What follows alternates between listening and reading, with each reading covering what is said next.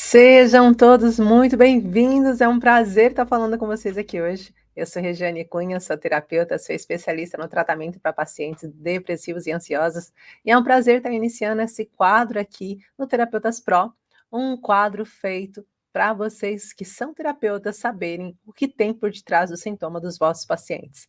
Esse quadro aqui também ele é feito para ajudar você, terapeuta, porque essa é a minha missão, né, ajudar terapeutas que queiram se tornarem especialistas no tratamento para ansiedade e depressão. E entendendo também, o nosso objetivo de hoje é você saber o que realmente faz a diferença no seu atendimento a um paciente depressivo. Então, se você estiver aqui hoje, você vai conseguir entender como você consegue fazer a diferença no seu paciente depressivo e fazer com que ele comece a recomendar você, com que ele sinta que você realmente ajudou ele profundamente. Então, se você está atendendo algum paciente, Zilda, ou se você, Mirinha ou Júlia, está atendendo algum paciente que nesse momento está precisando da sua ajuda e está com depressão, até mesmo se você conhece alguém que você poderia até começar a atender também esse paciente, será um prazer eu poder ajudar vocês aqui hoje. Bem, então o que que é importante a gente entender quando a gente vai fazer um atendimento com um paciente depressivo? A gente tem que conseguir entender que as coisas que estão acontecendo com aquele paciente depressivo naquele exato momento não são, o que fez com que ele entrasse em depressão e ansiedade, mas não são irrelevantes para o quadro do paciente. Vocês vão conseguir entender aonde que pode estar um erro muito grande que muitos terapeutas acabam cometendo, e daí na hora de conseguir ajudar aquele paciente, ficam com dificuldade de ajudar aquele paciente, não conseguem ter certeza, não conseguem saber aonde que está a situação. E hoje a gente vai falar de uma palavrinha que eu quero que vocês coloquem muito essa palavrinha na vossa cabeça, e também na vossa fala no consultório, seja online ou seja, presencial, que é os estressores ativos. Quando a gente está falando de um paciente depressivo, a gente está entendendo que ele passou por algumas situações tais quais. Ele pode ter passado por um processo de desvalorização forte. É muito comum quando a gente vai fazer o estudo, a sequência, né, para perceber, identificar a origem da depressão desse paciente, a gente passando pela microfisioterapia, por exemplo, a gente conseguir identificar que ele tem traumas relacionados à desvalorização. E se ele tem trauma relacionado à desvalorização, o que vai acabar acontecendo é que ele vai ter questões relacionadas com sintomas desse mesmo tecido embriológico, ou seja, ele vai estar tendo dores nas costas, ele vai estar sempre com a cabeça tensionada mais para baixo, ele vai ter dores musculares, ele vai ter muita dificuldade de ter atividades, concentração dificultada, ele não vai conseguir se concentrar às vezes no que você está falando, ele vai estar vivendo uma situação muito forte. Mas o que faz com que esse paciente entre numa crise depressiva? É aí que eu quero que você esteja atenta, terapeuta, para você entender o que está fazendo com que esse paciente esteja numa crise depressiva. Mas para que você saiba isso, eu não sei se vocês já atenderam pacientes depressivos antes ou não, mas se não atenderam pacientes depressivos, deixa eu trazer aqui o que é isso de crise depressiva. Porque a gente já ouviu falar muito sobre depressão. E a depressão parece que é um estado que eu fico para sempre, né? Um estado que eu continuo, que é contínuo. Para sempre, aqui eu falei em modo de dizer, né? Enquanto eu não trato, aquela depressão está persistente ali no paciente. Então eu vejo que de segunda a sexta ele está com depressão, mas na realidade não é assim que funciona. O paciente ele tem crises depressivas, assim como crises ansiosas, quando a gente está falando de ansiedade. E essas crises depressivas, elas acontecem como? É um momento em que aquele paciente está com os seus sintomas mais ativos. Então aqui hoje você vai entender o que faz com que ele entre numa crise depressiva. Esses sintomas ativos são vários, ele pode estar com dor no estômago, por exemplo, ele pode estar com enxaqueca, ele pode estar passando por um processo em que ele tem manchas na pele sendo acentuadas, ele pode ter dores no fígado, principalmente crises de irritabilidade e estresse, ele pode estar passando por problemas, dores no corpo, em várias partes, como pacientes que têm depressão e fibromialgia, ele pode estar passando por uma série de sintomas que são acentuados quando o quê?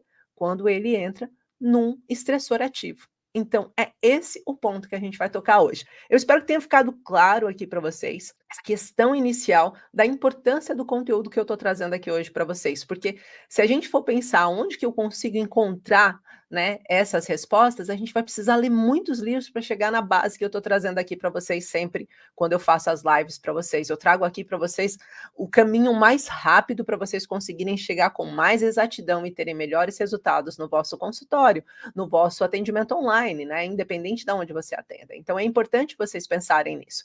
Ainda a semana passada eu estava atendendo uma paciente depressiva e eu estava falando, eu atendo ela e a filha dela, né, eu atendo a mãe e a filha. E a mãe, ela tem depressão, a filha tem ansiedade. Então, o choque entre as duas está exatamente nesse estressor ativo que eu vou explicar para vocês. E o que significa que quando ela escuta certas palavras da filha dela, ela entra em crise depressiva. E hoje eu vou desvendar essas frases aqui para vocês poderem desvendar com os vossos pacientes também. Para vocês conseguirem olhar para o paciente e dizer assim: olha, queria saber, você está ouvindo alguma dessas frases? Essas frases estão acontecendo? Para a gente conseguir identificar. Então, é importante a gente conseguir ter essa consciência desse conteúdo, do quão importante é a gente perceber os estressores ativos do paciente para que ele não entre em crise depressiva. Agora, sem mais enrolação, né? Vai parecer que eu enrolei aqui, mas não é um conteúdo importante. Eu não sei a base que vocês têm para estar absorvendo esse conteúdo, né, sobre depressão e ansiedade, mas eu tenho certeza que o que eu vou falar vai ajudar você no tratamento dos seus pacientes com depressão. Então, o primeiro ponto que a gente tem que entender é o que são esses estressores ativos, né? Você vai imaginar, então, que uma pessoa acabou de se machucar, fez um machucado no joelho. Ela bateu o joelho com força e até fez um corte mais profundo no joelho. Se ela fez um corte profundo no joelho, vocês acham que ela vai poder ir, por exemplo, acampar, ou que ela vai poder ir para um lugar que tenha muita areia, ou até mesmo entrar numa piscina sem proteção nenhuma? Provavelmente não, né? A gente, quando tem uma ferida, a gente precisa primeiro tratar para depois a gente poder expor ela. O que acaba acontecendo é que quando a gente tem um problema emocional, nem sempre a gente respeita esse tempo. A gente coloca essa situação, ou seja, a gente coloca aquela questão emocional de frente com aquilo que mais provoca dor para ela.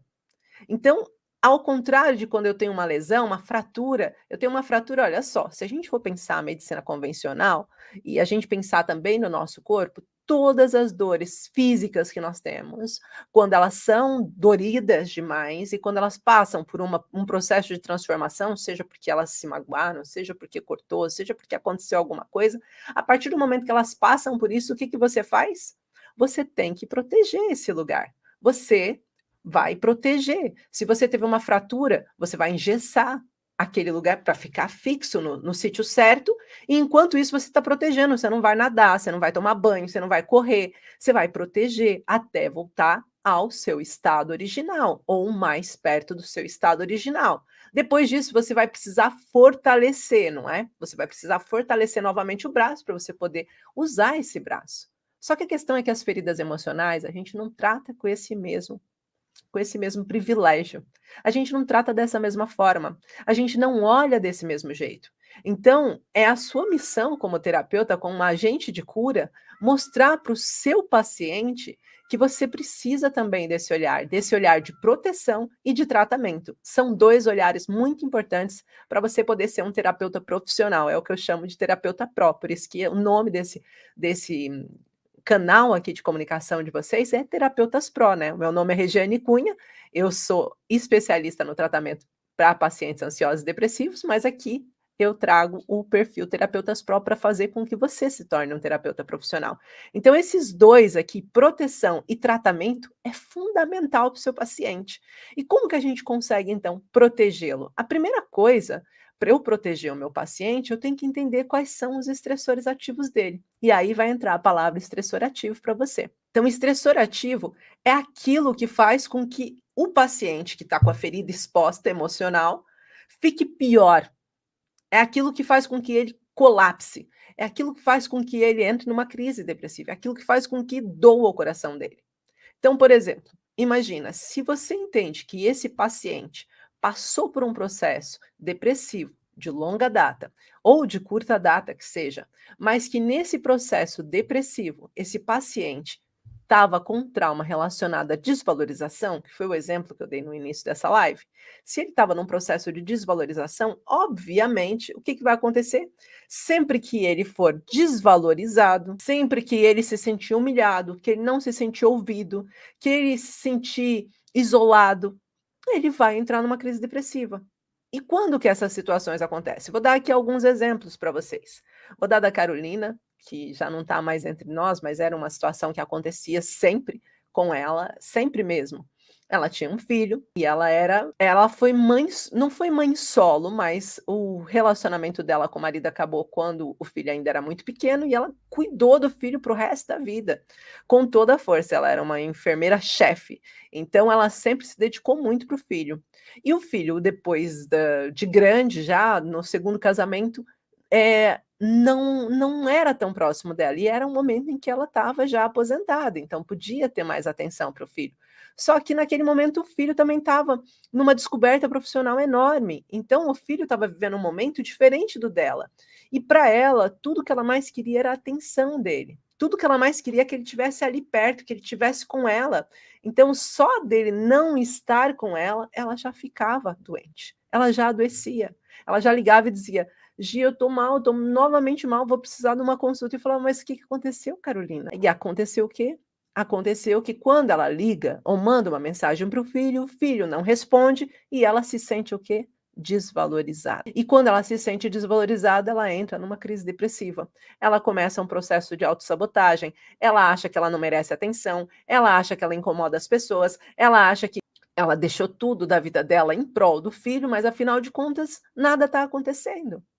E ela começa a se sentir culpada, e esse sentimento de culpa faz com que ela sinta-se impotente, e aí a gente vai trazendo escudos mistos para esse paciente. Então, entender qual é o estressor ativo faz com que esse paciente tenha menos esse sentimento, entre menos em crises depressivas.